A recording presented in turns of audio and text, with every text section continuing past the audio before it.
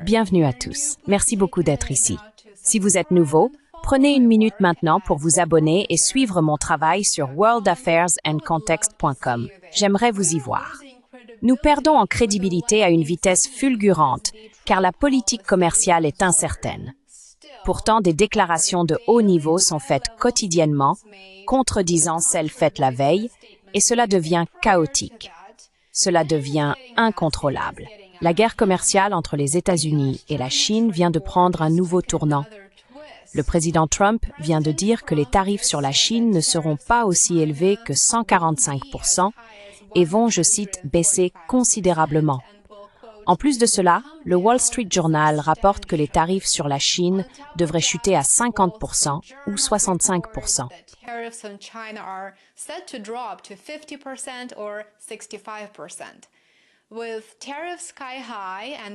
Avec des tarifs douaniers extrêmement élevés et des marchés sur le qui-vive, le secrétaire au Trésor, Scott Bessent, déclare que ce n'est pas durable. Eh bien, nous le savons très bien. Cependant, il dit que Donald Trump n'offre pas vraiment de réduction unilatérale des tarifs sur la Chine. Alors, que se passe-t-il ici? Essayons de donner un sens à ce désordre. S'adressant aux journalistes mercredi, Bessent a averti que les tarifs de 145% sur les produits chinois et de 125% sur les exportations américaines constituent effectivement un embargo commercial, ce que nous disons depuis le début, et il a déclaré qu'aucun des deux camps ne pense réellement que cela peut durer. Après les commentaires de Bessent, les marchés ont poussé un soupir de soulagement, se redressant dans l'espoir d'une désescalade. Mais ne vous emballez pas trop vite.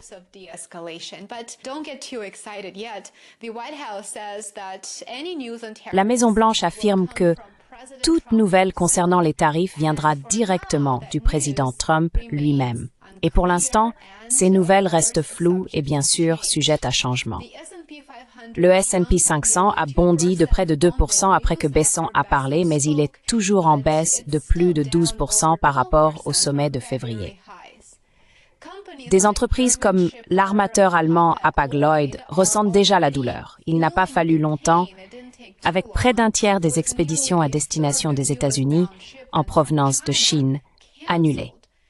Ce n'est pas seulement la Chine, bien sûr. Un tarif général de 10% sur toutes les importations, plus des droits plus élevés sur l'acier, l'aluminium et les automobiles, ont déjà envoyé des ondes de choc à travers le monde. L'Ucomer riposte avec des menaces de tarifs de 20% qui se profilent.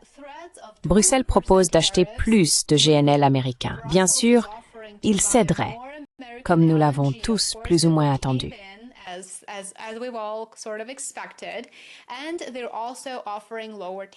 Et il propose également des tarifs plus bas en échange d'une augmentation des exportations de GNL. Si les États-Unis se présentent à la table d'ici le 9 juillet, c'est la seule demande que l'UE a. À ce stade, il est incertain ce que l'administration Trump va faire pour gérer le différend commercial avec l'Union européenne. Alors, restez à l'écoute. Le Vietnam, quant à lui, est en pourparlers actifs avec les États-Unis, espérant éviter le même sort. Comme je l'ai mentionné hier dans une vidéo distincte, le Japon de tous les pays a en fait dit à l'administration Trump « Vous savez quoi? Attendez une minute. Nous ne nous précipitons pas pour servir les intérêts américains dans ce domaine. Nous allons protéger nos propres intérêts, nos agriculteurs et producteurs nationaux, donc nous allons devoir négocier des termes différents. Et nous attendons toujours de voir ce qui ressort des négociations Japon-États-Unis. »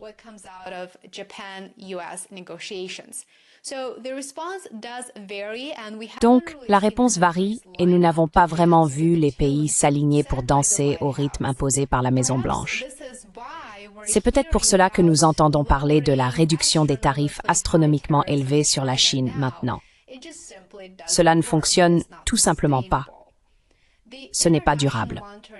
Le Fonds monétaire international avertit que la guerre commerciale pourrait ralentir la croissance mondiale.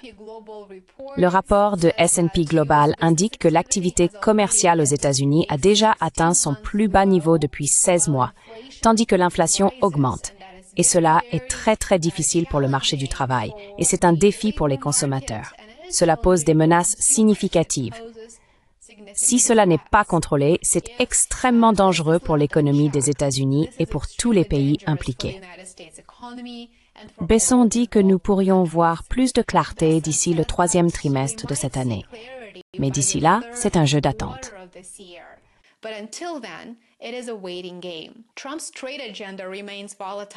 L'agenda commercial de Trump reste volatile et l'économie mondiale ressent l'incertitude, prise entre deux feux.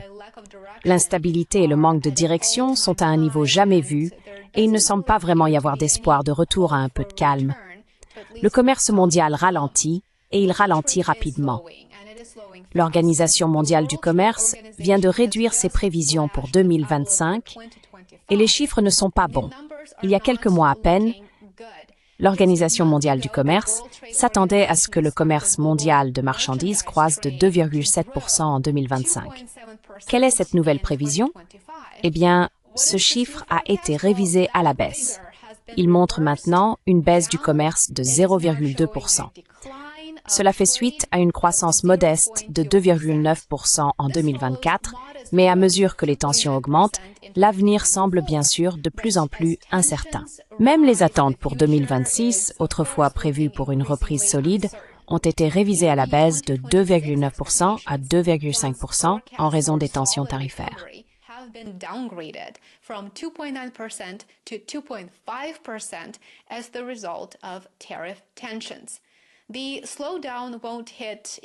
Le ralentissement ne frappera pas de manière égale, bien sûr.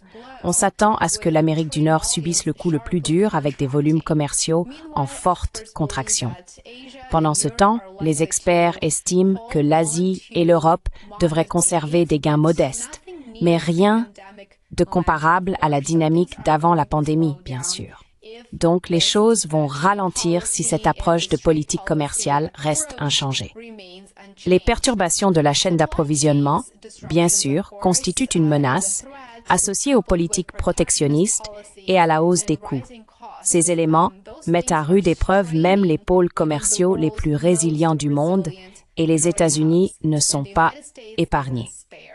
Voici le plus grand joker, les tarifs douaniers, ou plutôt la politique commerciale des États-Unis. L'Organisation mondiale du commerce avertit que si les États-Unis reprennent des tarifs réciproques plus élevés après leur pause de 90 jours, le commerce mondial pourrait encore se contracter de 1,5% cette année dans un climat économique déjà fragile.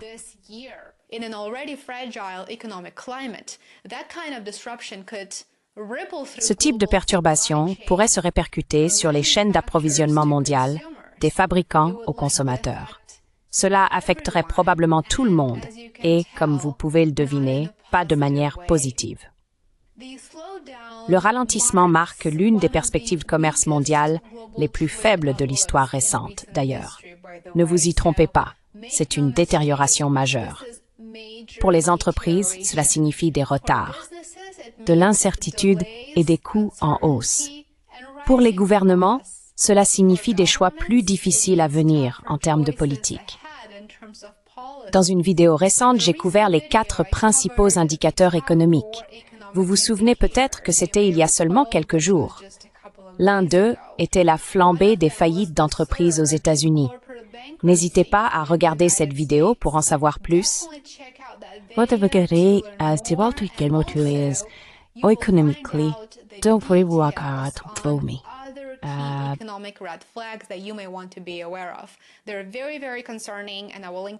Ils sont très préoccupants et je mettrai le lien de cette vidéo dans la description ci-dessous. Pour l'économie mondiale, c'est un signal d'alarme. Verrons-nous un retournement en 2026 ou est-ce la nouvelle norme pour le commerce mondial? Il est impossible de répondre à cette question maintenant puisque tout est dicté par le ton donné à Washington DC, donc nous continuerons à observer. Les États-Unis et la Chine reculeront-ils du bord du gouffre ou nous dirigeons-nous vers un gel commercial plus profond? Faites-nous savoir ce que vous en pensez dans les commentaires ci-dessous.